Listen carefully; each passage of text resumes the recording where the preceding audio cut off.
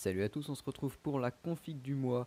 Alors aujourd'hui config du mois de septembre 2015. Donc ce sera le deuxième épisode de cette série. Alors on va commencer tout de suite, hein. Je rappelle juste un petit peu, on est sur une configuration qui doit être entre environ 800 et 900 euros. Donc en général on vise plutôt les 850, 860. On a une config qui doit être polyvalente, aussi bien pour de la bureautique que du jeu vidéo. Mais évidemment, il ne faudra pas s'attendre à avoir des performances extrêmes partout, hein. En jeu vidéo, vous n'aurez pas des performances extrêmes. En bureautique, ou par exemple, si vous faites de l'encodage et tout le bazar, vous n'aurez pas non plus des performances spectaculaires. Mais bon. Alors aujourd'hui, grand changement par rapport à la semaine, au mois précédent, parce que euh, il n'y a pas eu beaucoup de nouveautés en fait sur le marché du hardware. Les processeurs Intel 6ème génération, donc les Core i3 6ème génération de chez Intel, avec la plateforme Skylake. Et alors il y a un nouveau chipset qui va sortir, ça va être le H170. Pour l'instant on n'a que le Z170, mais il y en aura deux autres encore qui vont sortir, le H170 et le H150 il me semble, ainsi que tout le restant de la gamme, c'est-à-dire le restant des Core i7, des Core i5, les Core i3, les Pentium et les Celeron.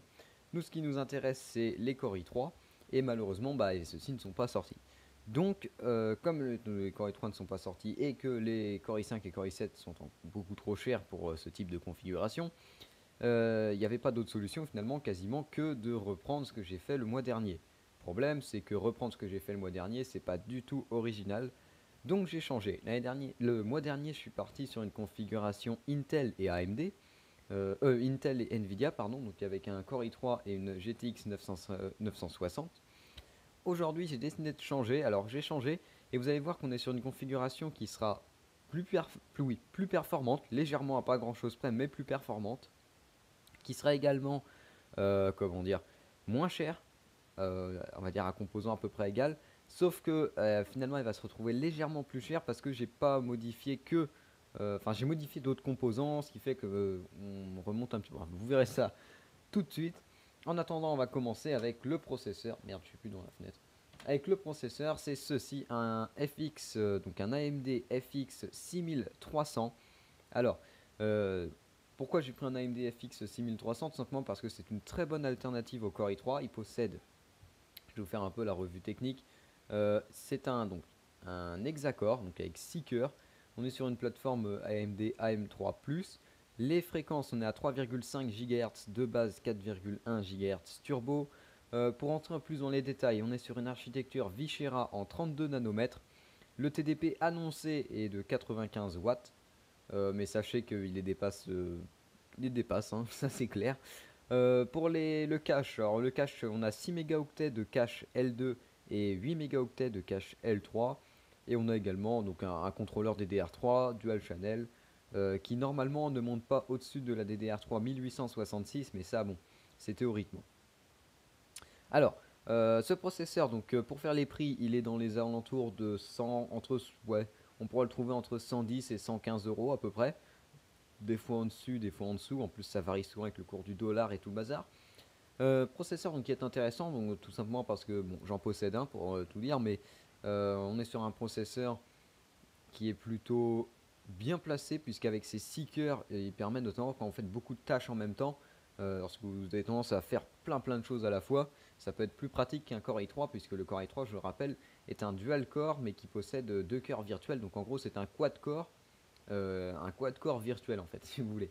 Là par contre, on a vraiment 6 cœurs physiques, hein, c'est vraiment 6 cœurs, donc c'est un gros avantage. Alors les avantages, donc le prix, le tarif, hein, parce que comme je le disais entre 110 et 115, hein, donc c'est un tarif qui est vraiment très bon. Performance, on est supérieur au Core i3 à peu près. Ouais, ça dépend en quelle tâche. En multicore, lorsque vous faites appel à tous les cœurs, évidemment on est supérieur, hein, 6 contre 4, on est largement au-dessus. Par contre en monocore, si on prend un cœur du Core i3 et un cœur de cet AMD FX, on est légèrement en dessous. Bon, c'est un petit défaut, mais ça fait que lorsque vous voulez vraiment tirer à fond sur le processeur, eh bien vous êtes supérieur au Core i3. Le prix évidemment, ça je l'ai déjà dit. Donc le prix par contre, on a aussi l'avantage d'avoir une grande quantité de cache, c'est-à-dire 6 mégaoctets de cache L3, 6 mégaoctets de cache L2 et 8 mégaoctets de cache L3, ce qui est beaucoup pour un processeur pas forcément ultra haut de gamme. Et ça l'avantage un peu au niveau des performances, puisque comme ça lui permet de ne pas avoir tout le temps à faire appel à la RAM, qui est plus lente, et du coup de gagner légèrement en performance. Les défauts, donc les performances monocore qui sont malheureusement plus faibles, le deuxième défaut qu'on a, c'est la chauffe et la consommation. Bon, ce sont deux phénomènes qui sont liés, mais on est sur un TDP de 95 watts officiel. Sachez que vous dépasserez les 100 watts sans aucun problème. On a donc la chauffe et puis bah, évidemment la consommation, puisque derrière ça demande d'avoir une carte mère qui soit quand même un minimum solide, hein, que ce soit au niveau des phases d'alimentation, du PCB tout simplement, et également d'avoir une alimentation qui puisse tenir le choc, hein. Évidemment une alimentation qui fait... bon, maintenant toutes les alimentations peuvent le faire, mais voilà quoi. Il faut quand même un minimum de puissance. Alors, un gros avantage des AMD FX également, c'est l'overclocking, puisque l'avantage de ce processeur-là, le gros avantage de ce processeur contre le Core i3 qu'on avait le mois dernier, c'est que celui-là, vous pouvez l'overclocker. De base, il est à 3,5 GHz et il monte à 4,1 avec le turbo. Sachez qu'il existe une version légèrement plus chère, c'est le FX 6350, qui a comme seule et unique particularité par rapport à celui-ci d'être légèrement plus... d'avoir des fréquences légèrement plus élevées. Mais si vous êtes vraiment nul, que vous y connaissez rien en overclocking, que vous voulez vraiment un processeur de base puissant, je vous conseille d'acheter le FX 6350. Il vous coûtera légèrement plus cher, mais au moins vous aurez des fréquences plus élevées et donc de meilleures performances de base. Mais si vous savez, en plus c'est très facile, hein, vous pouvez regarder sur internet, si vous savez overclocker, ce qui est maintenant avec les BIOS modernes et tout le bazar, vous pouvez le faire comme vous voulez, ça prend 2 minutes. Vous pourrez sans problème overclocker celui-là et le caler sur les mêmes fréquences que le 6350 et en gros transformer votre FX 6300 en FX 6350 en 2 minutes sans dépenser 1 euro.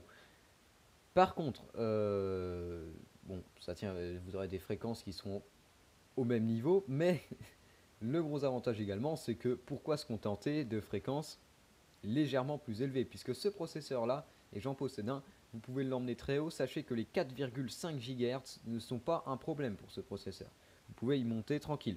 Au-dessus des 4,5, vous serez limité par la chauffe. Ça dépendra de votre système de refroidissement, mais vous serez sûrement limité par la chauffe. C'est pour ça que je vous conseille de passer les 4,5. Et la chauffe, et puis bah voilà quoi. Au-dessus, il pourra devenir plus ou moins instable. Mais bon, le mien, il monte jusqu'à 5 GHz avec le turbo.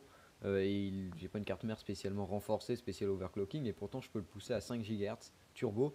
La fréquence de base, je peux la pousser à environ 4,7 GHz. Donc voilà.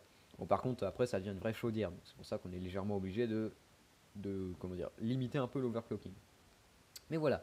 Donc si vous savez overclocker, prenez celui-là. Si vous ne savez pas, prenez le 6350. Mais sachez que c'est très facile d'overclocker, puisque même sans toucher au voltage, si vous avez peur de griller votre processeur, même sans toucher au voltage, vous pourrez le mettre au même niveau que le 6350. Alors, je vais continuer juste après. Alors, on va commencer, on va continuer, pardon. Alors, j'ai deux cartes mères à vous montrer ce mois-ci, donc ça va être original d'avoir deux cartes mères. La première, c'est celle-ci, une très très bonne carte mère, la MSI 970A SLI, donc la Crate Edition. Donc c'est une carte mère qui reprend le thème noir et blanc de la gamme Crate, hein, Crate, je ne sais même pas trop, ouais, je sais même pas trop comment on le dit, la Crate. Donc on est sur vraiment une très très bonne carte mère, qui est magnifique en plus, c'est une superbe carte mère. Bon, à part ça, elle a quand même quelques avantages. Par exemple, elle est dotée, je remarque ça d'ailleurs, de l'USB 3.1. Donc c'est un avantage parce que vous bénéficierez de la dernière norme USB 3.1. Le chipset, on est sur un chipset 970, compatible SLI, comme son nom l'indique, hein, jusque là c'est pas très compliqué. Compatible SLI, donc ce qui fait que vous pourrez sans problème mettre de cartes, mais évidemment qui dit compatible SLI dit compatible Crossfire, et ça je vous verrai pourquoi après. Autrement, on est donc le thème, la couleur est super belle, on a un bon chipset son, enfin un chipset son correct. L'USB 3.1, ça j'ai dit, on a 6 prises SATA, SATA 3, hein, 6 gigabits par seconde. On a également, alors non, par contre, on peut pas, on n'a pas, ouais, y a pas encore, la connectique n'existe pas encore, on va dire, pour avoir de l'USB 3.1 en façade. Bon, je n'ai pas énormément d'informations sur cette carte mère, mais en gros, c'est une très bonne carte mère. Mais je vous propose également une alternative, puisque Ici, on est sur un thème blanc et noir qui est pas forcément, c'est un très beau thème, hein, mais qui est pas forcément simple à trouver et à mettre en harmonie avec le reste, on va dire. C'est pour ça que je vous propose ceci, une carte mère beaucoup plus traditionnelle, la MSI 970 Gaming. Ça, c'est une carte mère, ça fait partie des plus vendues pour ce qui est des cartes mères pour AMD FX, donc avec le socket AM3+. On est sur une bonne carte mère. Alors, celle-là, je peux vous faire les détails. Toujours pareil, chipset 970. Ah oui, alors pour les tarifs, la carte que je vous ai montrée précédemment est dans les 115 euros et celle-ci est à 110 euros à peu près. Donc, on a peu de différence entre les deux. Alors, celle-ci, donc on est sur la série Dragon Army, donc la G-Series de chez MSI, donc une carte plutôt gaming. On a donc de la M3+, compatible SLI et Crossfire. On a de l'USB 3.0, du SATA 6 Gb, donc évidemment compatible DDR3. Hein. Qu'est-ce que je peux vous dire de plus? Le chipset son, oui, donc on est sur l'Audio Boost. Le chipset Audio Boost, c'est un Realtek ALC 1000, enfin 11150. Donc c'est un très bon chipset son avec 8 canaux. Hein. Donc c'est bon, une puce qui est recommandée, qui est très bien.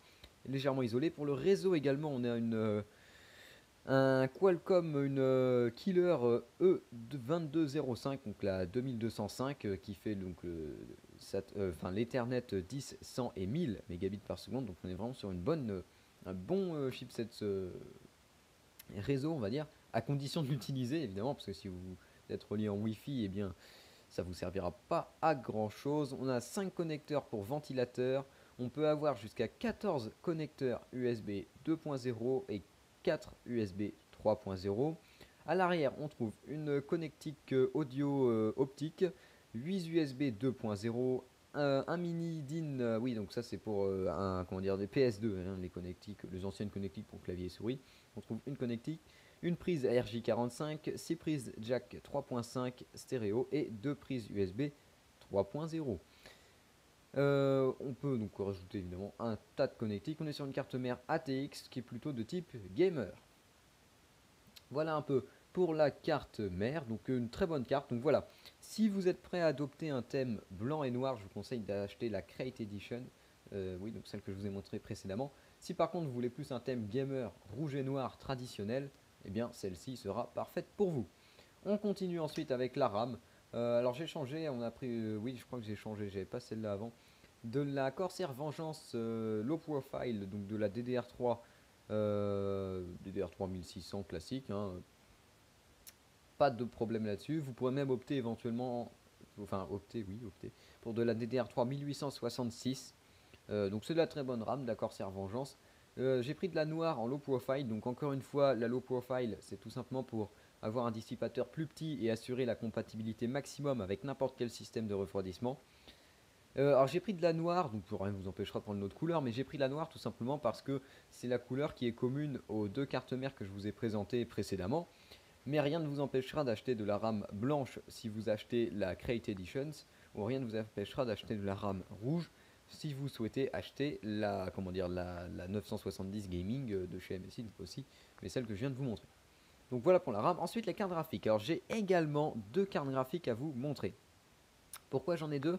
Bien tout simplement pour s'accorder avec la carte mère, puisque étant donné que je vous ai proposé deux cartes mères avec deux thèmes de couleurs, eh bien je suis obligé de vous proposer deux cartes graphiques, hein, puisqu'il faut que ça s'accorde ensemble.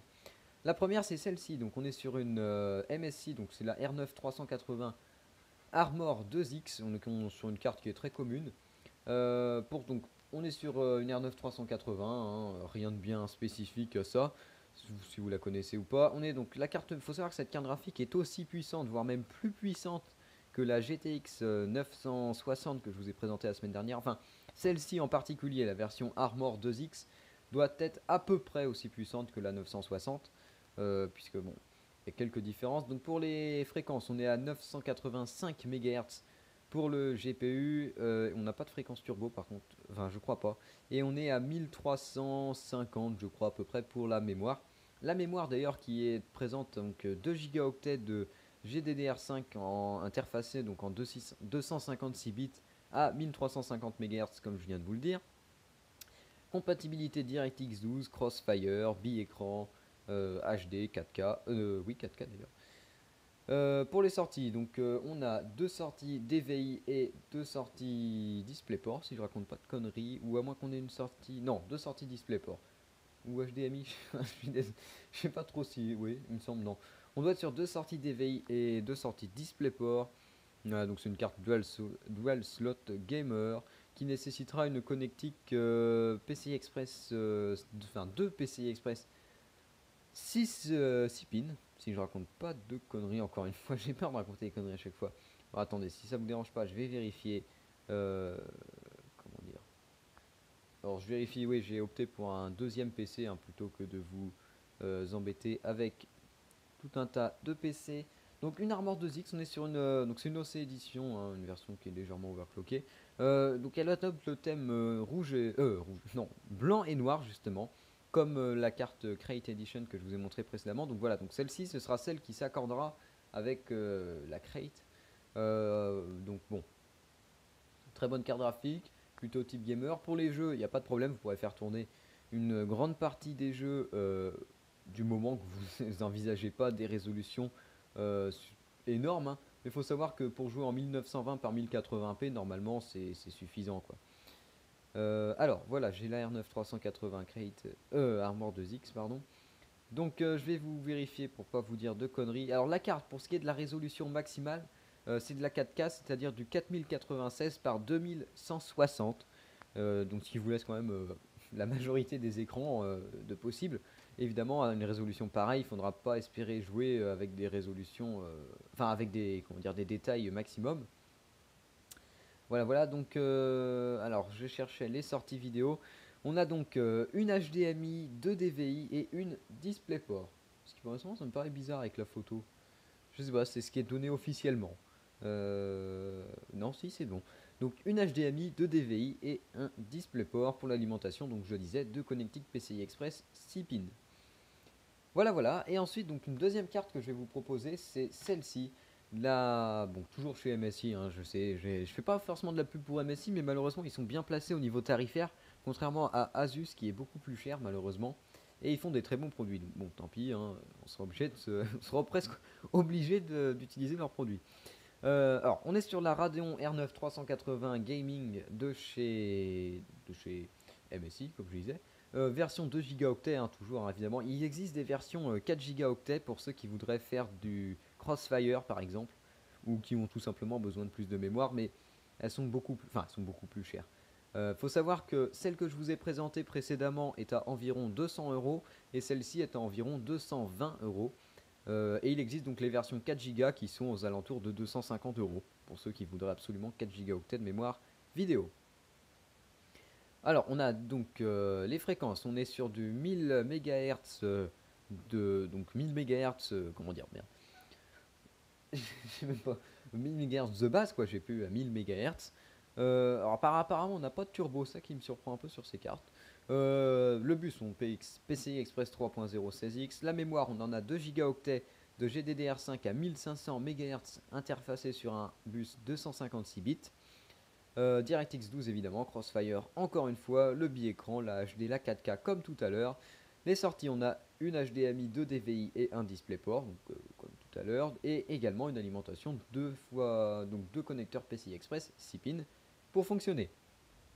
Voilà, donc c'est une carte gamer, donc c'est très très très similaire à celle d'avant, à part que celle-ci est rouge et noire, ce qui s'accordera mieux avec la deuxième carte mère que je vous ai présentée. On continue ensuite avec ceci, le SSD. Alors je vous ai montré spécialement cette face du SSD pour que vous voyez les caractéristiques. Donc comme on a fait des économies au niveau du processeur et de la carte graphique et même de la carte mère d'ailleurs par rapport à la configuration du mois dernier, et bien avec ces économies on peut se payer un SSD beaucoup plus gros on va dire. Donc ici on est sur un Samsung 850 Evo 250 Gb donc de stockage. Donc comment dire, on passe vraiment à une capacité supérieure. Donc 250 Go ce sera largement suffisant. Enfin largement non, ce sera suffisant éventuellement pour même loger vos jeux dedans. Donc pour avoir des jeux qui soient plus rapides, notamment au chargement et tout le bazar, par rapport à celui du mois dernier qui était donc de seulement 120 Go. Là on a le double, hein, quoi, donc c'est beaucoup mieux. Samsung, donc SATA 6 Gb, on est sur du format SSD habituel 250 Go. La NAND, c'est de la TLC, donc de la triple level, donc sur 3 hauteurs, enfin bref, triple level quoi. Les performances, on est sur du 540 mégaoctets en lecture et 520 mégaoctets en écriture.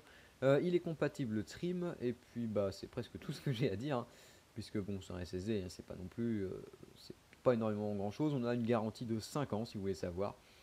Bah voilà, voilà. Donc pour le prix, tiens, justement, on est sur du 110 euros à peu près, environ. Voilà, donc c'est l'une des choses qu'on a pu améliorer grâce aux économies faites sur le processeur et sur la carte mère. Et sur la carte graphique également. On continue ensuite avec un disque dur. Alors, un disque dur, c'est bizarre comme ça, j'arrive pas à le différencier. 2 secondes et demie, voilà, c'est bon. On est sur un Seagate Barracuda 7200 tours par minute, SATA 6 gigabits de 1 Teraoctet. J'ai pas grand chose à rajouter d'autre. Donc 1 Teraoctet, donc le prix 60 euros, un petit peu moins de 60 euros pour du 1 Teraoctet, donc c'est tout à fait confortable, hein, ça vous permettra de stocker bah, beaucoup de choses justement. Surtout qu'en plus maintenant que vous avez un SSD de 250 Go, eh bien ça augmente en fait la capacité de stockage total. Et donc on peut se contenter d'un disque dur de 1 Tera. Mais rien ne vous empêchera d'en rajouter un deuxième ou d'en prendre un plus gros. On continue avec le refroidissement, le Hyper 212 Evo habituel. Bah j'ai rien à dire, hein, ventilateur 120 mm. Les caloducs qui sont directement en contact avec le processeur, c'est les caractéristiques de ce Ventirad, voilà, Cooler Master, prix 33 euros. Un peu moins, vous le trouverez à moins de 35 euros. Voilà, c'est le Hyper 212 Evo. On continue ensuite avec le boîtier. Alors là, j'ai pas changé. Zalman Z11 Plus, 70 euros, compatibilité ATX pour la carte mère et pour l'alimentation. Je vous ai déjà présenté le mois dernier. Alors évidemment, le boîtier, bon, je vais pas vous le présenter encore une fois. Pour ce qui est du boîtier, rien ne vous empêchera de choisir un autre boîtier, hein. Je vous prends celui-là parce qu'en fait, c'est un boîtier, encore une fois, je le répète, que je trouve qu'on trouve souvent sur les PC notamment qui sont à vendre. Vous savez, les PC d'occasion, le mec s'est monté sa config et puis hop, il décide de la revendre. C'est un boîtier qu'on trouve souvent, donc c'est sûrement qu'il doit plaire, notamment parce qu'il n'est pas trop cher et qu'il a un look très spécial. Bon, moi je le trouve pas exceptionnel, mais bon, c'est comme ça. Donc voilà, mais rien ne vous empêchera d'acheter un autre boîtier, hein. Du moment qu'il est compatible avec les cartes mères ATX, vous pouvez quasiment tout acheter, hein. Plus cher, moins cher, ça dépend. En tout cas, pour vous donner un ordre d'idée, si vous voulez respecter le budget, il faudra trouver un boîtier aux alentours de 70 euros. On continue ensuite avec l'alimentation. Alors, également grâce aux économies qu'on a pu faire le mois dernier, par rapport au mois dernier, on a pu se payer une plus grosse alimentation puisque c'est donc une Be Quiet Pure Power L8. Et l'année dernière, qu'est-ce que je raconte? Le mois dernier, on avait la version 500 watts. Et bien, ce mois-ci, on a la version 600 watts. Donc, on gagne 100 watts d'alimentation. Ses gros avantages, notamment, c'est d'avoir. Malheureusement, elle n'est pas modulaire, mais 600 watts. Et je l'ai prise en fait tout simplement parce que elle a notamment 4 connecteurs PCI Express 6 plus 8, donc 6 plus 8 pins pour les cartes graphiques. Ce qui vous empêchera, en fait, les cartes graphiques, il faut savoir que la Radeon R9 380 consomme plus que la GTX 960. Et comme elle consomme plus, on a besoin d'une connectique plus grande. C'est-à-dire que la GTX 960 a besoin de 1 connecteur 6 pins, la R9 380 en a besoin de 2. Donc, si on souhaite faire du crossfire, il faudra donc 4, en tout 4 connecteurs d'alimentation. Et donc, cette alimentation est quasiment l'une des seules à les proposer, enfin, avoir vraiment 4 connecteurs d'alimentation de 600 watts. Voilà, donc c'est une très bonne alimentation, la Pure Power, hein, c'est une alimentation qui est connue. Le prix, on est en dessous des 90 euros, donc voilà. Et encore une fois, on a pu se la payer grâce aux économies faites sur le restant de la config. Pour ce qui est des caractéristiques, donc on a un ventilateur 120 mm silencieux, une puissance de 600 watts, hein, certifié, 80 plus bronze, donc on aura au moins 88% de rendement normalement. Donc meilleure circulation d'air, compatibilité, de toute façon compatibilité avec, avec une alimentation, elle n'est pas très compliquée, hein. Alors pour ce qui est vraiment des caractéristiques techniques, oui je vais y arriver, on a un connecteur ATX 20 pin, enfin 20 plus 4, 20 plus 4 broches quoi. Un connecteur alimentation, donc 8 pins pour le CPU mais qui est divisable en 2 x 4. On a 4 PCI Express 6 plus 2 pins, 5 connecteurs SATA un connecteur Molex, non, un connecteur pour les disquettes et 4 connecteurs Molex. Donc, on a une, comment dire, une compatibilité à peu près suffisante hein, pour la plupart des configurations. Alors je sais pas pourquoi ils nous mettent multi GPU Crossfire X alors qu'en fait une alimentation elle n'a pas beaucoup à intervenir dans le fait que du multi GPU, hein, soit elle a les câbles, soit elle les a pas, c'est tout ce qui détermine si oui ou non elle est compatible multi GPU. Voilà, voilà, donc le prix j'ai déjà dit, moins de 90 euros, donc c'est une très très bonne alimentation.